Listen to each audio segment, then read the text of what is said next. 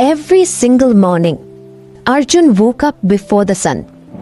Not because he was hopeful, but because he was ashamed.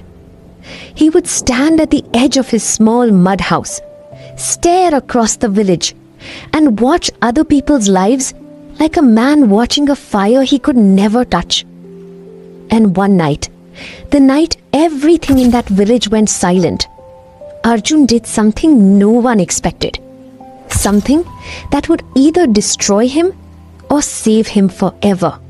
Arjun was 23 years old, living in a small village wrapped in dust and sugarcane fields in rural India. His hands were rough, his clothes were faded.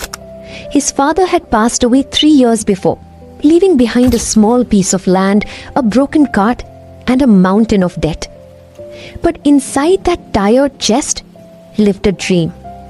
Arjun wanted to open a small school, not a big building, just a room, just a place where children like him, children who had nothing, could learn something.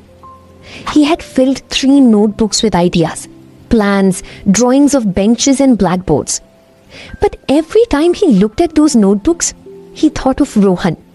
Rohan, the landlord's son, same age as Arjun, but with a motorcycle, a new mobile phone, a business already running, and a smile that seemed to say, "I have already won." And Arjun would quietly close his notebook. "What is the use?" he would whisper to himself. "Rohan is already ahead. I am still at the beginning." He didn't know that sentence was slowly poisoning him. Days passed, then weeks. The village had a harvest celebration, and everyone gathered near the old peepal tree. There was music, laughter, the smell of fresh food carried by the evening wind. Arjun stood at the edge of the crowd. He watched Rohan standing in the center, talking loudly, making people laugh. The village elders nodded at him with pride. Women brought him sweets first. Children ran around his shiny motorcycle like it was a temple. And Arjun felt something cold move through his chest. He started at the same point as me, Arjun thought. Same village, same age. But look at him and look at me. That night, he went home and tore the first page of his notebook. His mother, a thin woman with silver hair and tired eyes, saw him from the kitchen doorway. She didn't say a word. She just watched her son crumple his own dream in his hands. The next morning, a young man from the neighboring village, Suresh, came riding a bicycle with a new government job offer letter tied proudly to the front. He was showing everyone. People clapped, someone lit a firecracker. Arjun watched from behind a wall. He was not even jealous anymore. He was empty. He stopped working on his land properly. He stopped meeting people. He stopped opening his notebooks. He would sit outside his house in the evenings, staring at nothing, and the villagers began to whisper, "Arjun has lost his way. Poor boy, no future." His father's death broke something in him. One evening, his younger sister Meera, only 15, sat beside him and held his hand. She looked up to him with big, honest eyes and said, "Bhaiya, why do you always look at what others have? When do you look at what you are?" Arjun pulled his hand away. "You are young," he said quietly. "You don't understand." But her words did not leave him. That night, Arjun couldn't sleep. He lay on his cot, staring at the ceiling, listening to the crickets outside. And in the darkness of that small room, something inside him began to crack. Not break. Crack like the shell of a seed just before it opens. The next morning, Arjun walked to the old end of the village where a man named Kaka Bhola lived. Kaka Bhola was 71 years old. He had a white beard, a crooked walking stick, and a reputation in the village for saying things that made no sense at first, but stayed with you for the rest of your life. Arjun sat down beside him without saying much. Kaka Bhola didn't ask questions. He just kept waving a small basket in his hands. The silence sat between them like warm smoke. Finally, Arjun spoke. Kaka, what is the point of doing anything when others are always ahead? The old man stopped weaving. He looked at Arjun for a long moment. Then he pointed his walking stick toward the road where Rohan's house stood. You think Rohan is happy? He asked. Arjun blinked. Of course, look at what he has. Kaka Bhola shook his head slowly. Last month, the old man said quietly, Rohan came to me at midnight, crying. His business has debt. His father is forcing a marriage he does not want. And every night he stares at the ceiling just like you do. Arjun felt the ground shift beneath him. And Suresh with his government job, Kaka continued. He told me last week he hates the work. He wanted to be a painter, but he took the job because the village would talk.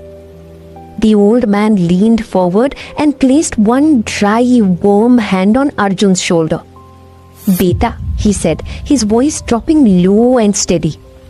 Every man you are comparing yourself to is secretly suffering in a story you cannot see. You are not comparing your real life to their real life. You are comparing your inside to their outside. And that is the most dangerous lie a man can tell himself. Arjun felt something move in his throat. His eyes burned. But I have nothing, Kaka, he whispered. The old man smiled, slowly, like sunrise. You have 3 notebooks full of a dream, he said. How many men in this village can see that? Arjun walked home in silence. But it was a different kind of silence. Not the heavy silence of a man defeated. The quiet silence of a man waking up. He went inside. He picked up the crumpled page he had torn from his notebook. He smoothed it out on the mud floor with both hands, carefully, like it was something secret. He opened his notebook and he began to write again. It didn't happen overnight. Real change never does. But slowly, something in Arjun shifted like the season shifts. Quietly, completely, without announcement. He stopped watching Rohan's gate. He stopped counting other people's blessings. He started counting his own. He had hands that could work. He had a sister who believed in him. He had a mother who had never once given up. He had a mind full of ideas that belonged only to him. 6 months later, Arjun cleared one room of his house. He painted the walls white with leftover lime. He borrowed 4 wooden benches. He hung a small blackboard on the wall. And on the first morning of his little school, 7 children sat in front of him with wide eyes and open hearts. His mother stood in the doorway. She was crying without a sound. And in that moment, Arjun understood something that no one in the village could have told him. The race he had been running was never his race. He had been chasing someone else's shadow his entire time, ignoring the light that had always been inside him. The day Arjun stopped comparing himself to others was the day he finally started living. Not Rohan's life, not Suresh's life, his life. And that was more than enough. If this story touched something in your heart, you are not alone. Every one of us has stood where Arjun stood, measuring ourselves against someone else's highlight reel, forgetting our own story is still being written. If this moved you, please subscribe to the channel and join this family of people who choose to grow. Watch the next video appearing on your screen right now. It might be exactly what you need today. Click the I button for another emotional story that could change the way you see your life. Like this video, drop your thoughts in the comments, and share this with one person in your life who needs to hear this today. Thank you for watching. You are exactly where you need to be. Welcome to the family.